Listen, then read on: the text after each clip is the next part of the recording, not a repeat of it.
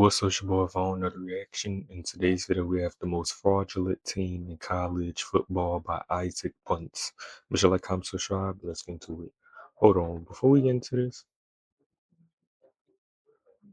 I gotta delete all these reactions that that I uploaded already. Delete some. My mama RP10. Let's talk about fighting gorilla. 12 is dead. Here lies the Pac-12. Oh, the Pac-12. What a baby. I mean, I know it's technically not. We technically are getting the Pac-12 reboot right now. The Pac-12 2, Pac-12 Electric Boogaloo, the 2-Pac 2-12. But when the Pac-12 was around, there was a team that I absolutely despised.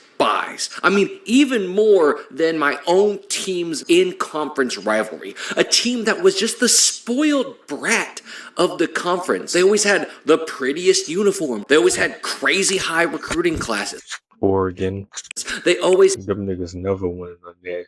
And it ain't really... They can't win a national championship because they quarterbacks be trash. Like Dylan Gable, like their quarterbacks suck.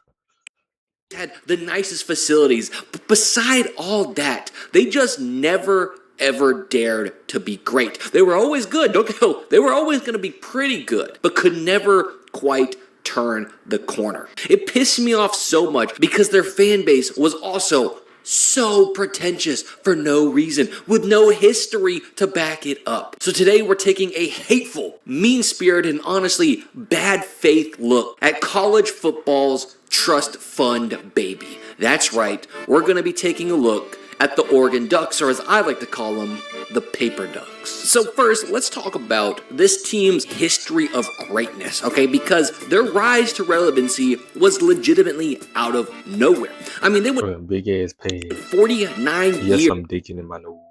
Without ending their season inside the AP Top 25. That's right, from 1949 to 1993, stone cold nothing going on. Sure, they had some winning seasons, they even went to a bowl game here and there, but they only won 2 that entire time. The Sun Bowl in 1963 against a 4-7 SMU team that they barely beat by a single score, and then a whole 17 years later, they would win the Independence Bowl over the Tulsa Hurricanes 27-24. I know, some heavy hitters. And the bowl games they played in during that time went like this. They made the Rose Bowl in 1957, a pretty big deal, but the Ducks wouldn't seem to know what to do with this, as they would get absolutely gobsmacked by Penn State 35-19. That's okay. A couple years later, they'd get another Big Ten matchup against Penn State in the Liberty Bowl, where great googly moogly, they would get their shit clapped 41-12. All right, well, at least they would go on to barely lose to, let me check my notes here, Colorado State in the Freedom Bowl in 1990, so they wouldn't look so bad before going back to the Independence Bowl and just losing to the Demon Deacons of Wake Forest. But fret not, they would go back to the Rose Bowl in 1994, where, oh my goodness, they would get blown out again by guess who? Penn State. It makes sense. These niggas been getting blown out and choking. Now, while they were trying to join the Big Ten, they wanted to be closer to their dad, the Nittany Lions. So yeah, for those 49 years, the Ducks were certified losers. They didn't have some long history of success. They didn't even have a stretch where they could go, dang, we weren't half bad. So you may wonder, what happened? How did they turn it around? Did their fan base finally wake up, start packing? Dumb jersey. So I need some. I need a what you say? They wonder what happened. How did they turn it around? I need a fucking. I think this was the DeAnthony Thomas Oregon team. I need one of his jerseys in that colorway. That's how you say DeAnthony Thomas. However you say his name. Did their fan fucking Marcus Mariota jersey base finally wake up, start packing out the stands, donating in a grassroots movement to improve their football program? Or did they hit the literal jackpot and have one of their students invent the next generation shoe brand, and despite his history in track, inexplicably... Like, them bitches hard, bro. DeAnthony Thomas. That's how you say it. I'm saying Deontay Thomas. DeAnthony Thomas. Y'all know what I'm talking about, though. He wanted to make Oregon a top contender in football through brute force. You can already guess who it is. Now, again, y'all got a billionaire back in y'all school game. Y'all still trash. There's no criticizing Oregon without criticizing the absolutely obscene amount of money that they've brought in. And you might say, Isaac, hold your horses. Isn't that a little bit unfair? College football nowadays is just pretty much a money market. So every team does it. And yes, that is true. But the teams that do it at the top usually do it through things like having these extremely loud and proud fan bases that sort of grassroots their movement a large part of the way to bring in this money. I mean, think about it. Have you ever spoken to an OSU fan or spoken to a Texas A&M fan? All right, those guys are like a cult. So it makes sense that, yeah, they rally together to raise a bunch of money because that's what they care about. But Oregon was coming from a conference known specifically for not having these exuberant lump sums of cash. That's just not what the Pac-12 was. And on top of that, it's not like they got there by, like I said, having some grassroots movement. They had one specific donor, and he is pretty much the sole reason that Oregon is even relevant right now. So without any further introduction, let me introduce you to Phil Knight. And I'm not going to go too far into the backstory of Phil, but he is the CEO of Nike, and around the mid-90s, he had this marketing genius move of sponsoring Michael Jordan. It might be one of the most consequential moves in marketing history. This was a resounding success. It changed the entire marketing landscape with brand deals as the Jordan shoe and Jordan's own legacy as a player went hand in hand, and the stock price of Nike went up and up. Now, this wouldn't matter much if Phil wasn't so hell-bent on Oregon succeeding specifically in football.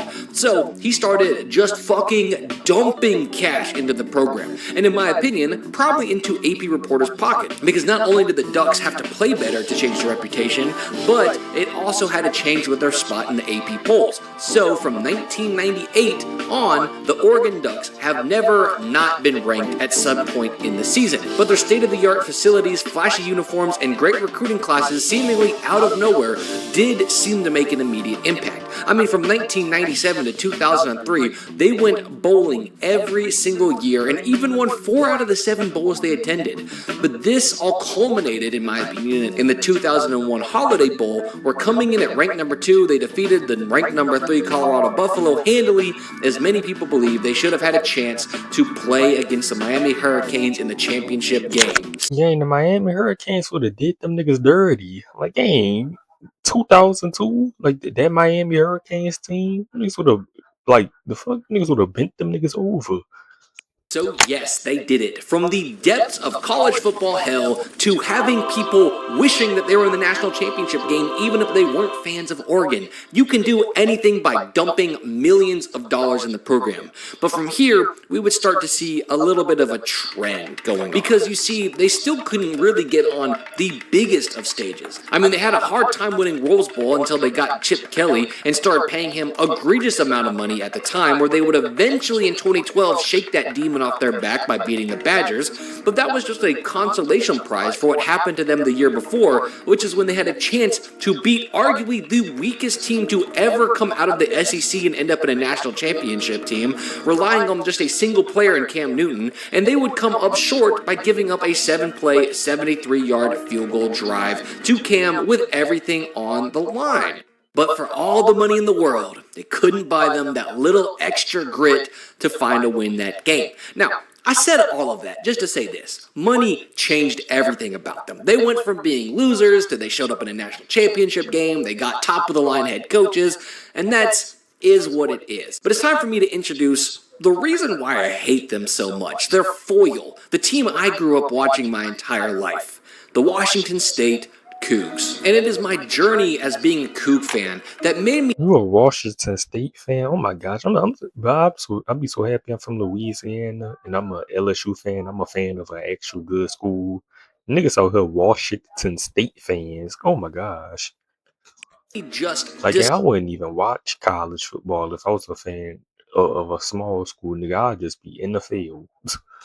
Despise this absolutely fraudulent LARPing team, because I come from a fan of Washington State Cougars, and this team is the foil. You see, Wazoo has never had a ton of cash, but what they do have is a loyal-to-death fan base and an eye for recruiting quarterbacks and trying to maximize our best abilities on the roster to find ways to win. I mean, from the Owen Samoan, Jack Thompson, Drew Bledsoe, even Ryan Leaf, Cam Ward, John Mateer, year, we've always found ways Damn. to get great players and make the most of them, and find ways to win. Even after the disastrous Paul Wolf tenure, we bring in Mike Leach, and without a ton of recruits, utilize the air raid offense to bring us 5 consecutive ranked seasons in Minshew Mania. Hell, even recently, we've changed head coaches 4 times in 6 years and have had to get back and rebuild time after time through systems using future Heisman winner and first-round draft pick Cam Ward, finding guys like Oklahoma Yeah, y'all did have Cam Ward. big shot QB John Mateer. So needless to say, it's John Mateer sucked. I ain't gonna lie. extra annoying to just have a team like Oregon keep buying their way into good recruiting classes and good situations year in and year out. But at some point, it almost feels like Oregon got too much money. I mean, they turned into like this mercenary army, which is why Yeah. Shit, y'all don't got no billionaires that went to y'all school. I refer to them as the paper ducks. That's a reference to a paper tiger, something that appears really intimidating, but when coming up against a true force, just gets absolutely destroyed. It has no substance. Because When after them niggas play a real team, they get fucked. Chip Kelly left, Helfrich took over, and with all the resources and talent in the world, did essentially all. I mean, yeah, he won games, but the talent alone will win you some games, but no undefeated seasons. One of the most fraudulent national championship appearances of all time is, get this, Florida State literally had a meltdown in their playoff game. When they were still well within 5 points, they would have 4 fumbles and a pick, essentially in a single quarter, just to get blown out for the Oregon Ducks to go to the national championship and get belt to ass for 4 quarters. You see, for the last decade, this team has only been able to do one thing: win a bunch of games that don't really matter. I mean, they love the ego game. Give them a semifinal game against a team that's not great, and They're playing a weak conference. they'll go crazy. Nothing fired them up more than trying to take on a Colorado team that was in the middle of a rebuild year as they flexed their Oregon dollar bills. But when things actually matter, where does that team go? Nowhere. They had a chance to open their season against number 3 Georgia. How do you think that went? The Bulldogs were eating roasted duck by halftime. The Ducks would have put up a better Dante Mitchell, he did that to Christian Gonzalez, by the way. fight Look, suiting that's Gonzalez, by the way. actual Ducks on the field. How about 2021? After starting off by making us think they'd be good and beating Ohio State, all they had to do was win out and they're shooing for postseason contention. But you see, Utah, a team who had grit, a team who really wanted to win, whose players really just wanted it more, kicked the shit out of them to get into the Pac-12 championship, where they'd meet them again and beat the out of them again. Like, when you really need them to turn the corner, they just cannot get it done. But the part that drives me up the wall, the part that I cannot stand, is after using the Pac-12 to get all the way to the top. You've been ranked for the better part of a decade and a half now, all right? Using this conference and its history to pretend to be dominant, they all of a sudden think they're the ones too good for this conference and leave for the Big Ten, leaving with schools like Washington, USC, UCLA, the 3 winningest, most historic teams in the Pac-12, like they were part of them just because in the last 2 decades somebody dumped a literal $1 billion into your program so you could LARP as a team with a winning history while you consistently choke on the biggest stages. Your whole job as a football team is to trick your fans every single year into thinking you're going to be good just to run into whichever team actually wants to be good and not just lose, but get your shit absolutely obliterated. In the college football era, the time you've played a national championship contending team, you've lost by an average of 17 points, and I'm including your regular season win against Ohio State. That's literally your best win in the last 2 decades, and the next time you saw them, they Yo ass heated.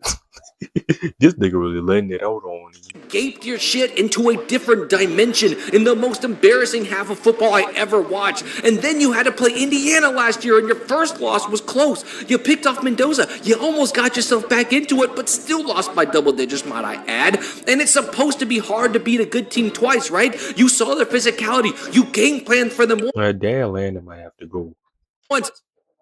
So your next matchup should be better, but no, it was a bigger stage, so you guys turned into a wet fucking paper towel in the face of an opponent who actually wanted to win. You get ran through like a whore that uses Groupon codes, as Indiana made your loss last year look like This nigga mad as fuck. a valiant fight to the death. And the worst part is that nobody cares or expects anything else from you guys. You don't have this long tenured fan base who's used to success because it's all new. The fans are new, the gear is new, the facility is new, all the players every single year are new, because at the end of the day, Oregon is still seen as just a stepping stone school. Nobody dreams to play at Oregon. Nobody dreams to coach at Oregon. Everybody just goes there because the paycheck is too high to say no. Chip Kelly lasted 4 years and was about to become one of the highest paid coaches. And what does he do? He leaves. Mario Cristobal had 4 winning seasons. Did he want to stay? No. He wanted to go to a school with some history, some culture, so he goes back to Miami. And I can guarantee you right now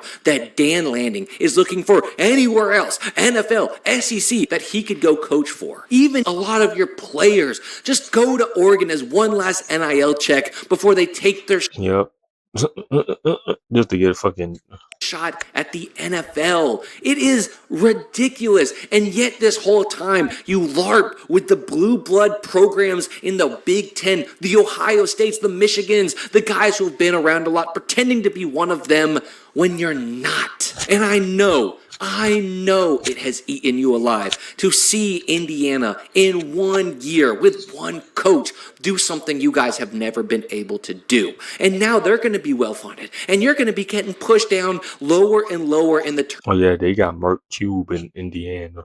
terms of the Big Ten, unless that one guy can keep shelling out money, because the rest of the teams with their large fan bases are all eventually going to catch up. We're all eventually going to catch up to what you got going on, and as long as you guys keep on losing in the biggest stages, no one's going to want to shell out anymore to watch their paper Tigers make it to the semifinal rounds just to embarrass them again. And I am tired of watching it year in and year out, and I know that any marginal success that any smaller program is able to conjure up by just recruiting their local kids and finding ways to win is going to mean 100 times more than every win you guys have purchased for the last 20 years. So that's it. That's the hateful review of Oregon. Hope you enjoyed it if you're not an Oregon fan. Make sure to like, comment, subscribe, and all deuces. Yeah, I enjoyed it. I'm an LSU fan. You know what I'm saying? SEC on top. Fuck the little tenors. Whatever y'all conference is.